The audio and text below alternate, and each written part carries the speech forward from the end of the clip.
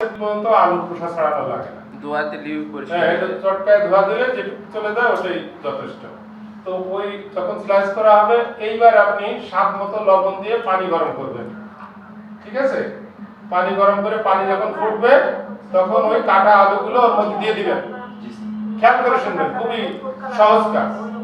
এরপরে ওই 5 মিনিট মতো রাখবেন। ওটা আলুকে সিদ্ধ হতে দিবেন না, কিন্তু সিদ্ধ হলে কিন্তু আপনি ব্যর্থ হয়ে গেলেন। হালকা সিদ্ধ, শক্ত থাকবে। এইবার ওটাকে আপনি ওই একটা ডালার মধ্যে ঢেলে দিবেন। ডালার মধ্যে ঢেলে দিয়ে পানি শুকায় দিবেন। পানি শুকানোর পরে এইবার আসেন আপনার ঘরে কি আছে। আপনার ঘরে দেখেন আটাও নাই, ময়দাও নাই, বেসনও নাই।